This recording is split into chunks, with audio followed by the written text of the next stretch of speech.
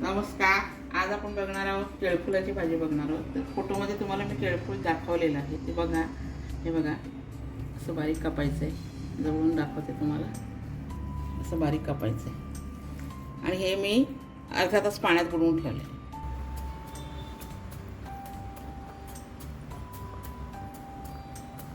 त्याच्यानंतर कढीपत्ता घेतला आहे.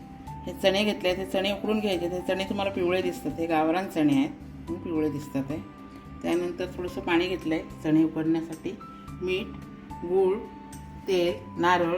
इथे आपण हिंग, जिरं, मोहरी, गरम मसाला, हळद आणि काश्मीरी मिरची पावडर घेणार. आता पहिले हे मी चणे उकडते आणि नंतर तुम्हाला पुढे भाजी टाकून दाखवते. हे बघा, आपण याला 3 शिट्ट्या घेतलेल्या आहेत. बघूया.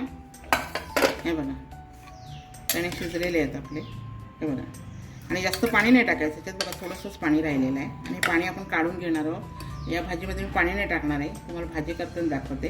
आता आपण गॅसवर बघूया. तेल टाकते. हे भाजीला थोडंसं तेल जास्त लागतं कारण याच्यात पाणी नाही टाकणार आपण, म्हणून 2 चमचे तरी तेल टाकायला पाहिजे.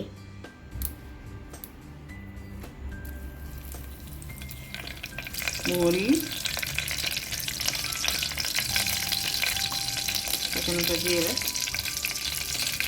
हिंग टाकायचं आणि चांगलं परतून घ्यायचं.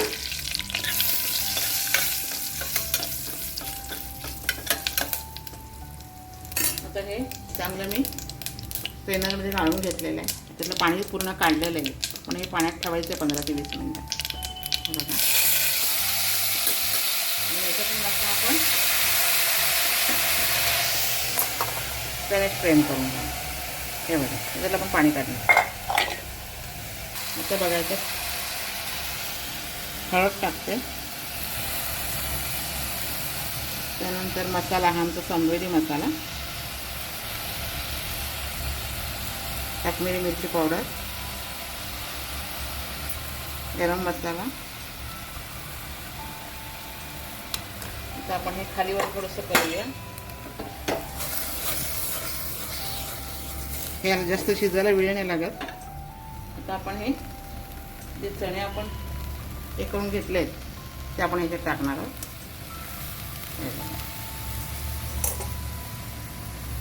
गॅस कमी करायचा. आता एकदम गॅस स्लो ठेवायचा. त्याच्यामध्ये गूळ टाकते चवीनुसार. चवीनुसार मीठ टाकायचं. फ्लेवर करून झाकण देऊन ठेवायचं. हे बघा, आता एक 5-7 मिनिटं ठेवायची भाजी आणि नंतर आपण तुम्हाला दाखवते. मग त्याच्यावर नारळ टाकते आणि तुम्हाला पाहिजे तर थोडंसं पाणी टाकू शकता. मी पाणी न टाकता अशीच भाजी करते. जे आपण चणे उकडलेलं पाणी आहे ते आपण या भाजीमध्ये टाकायचं. हे बघा, आता झाकण ठेवते आणि मग मी तुम्हाला दाखवते. तर बघूया, आपण याच्यामध्ये पाणी नव्हतं घातलं नव्हतं. बघा, नारळ टाकले नव्हतं. खालीवर करूया. हे बघा, याच्यामध्ये गूळ टाकला आणि मीठ टाकलं त्यामुळे त्याचं पाणी झालं होतं. तर आपली भाजी झालेली आहे. त्याला शिजायला जास्त वेळ लागत नाही. अशी तुम्ही बनवा, खा आणि समृद्धी रेसिपीला सबस्क्राईब करा.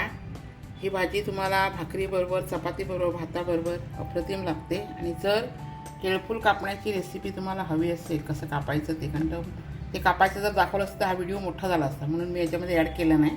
तर तुम्ही कमेंटमध्ये सांगा. धन्यवाद. श्री स्वामी समर्थ.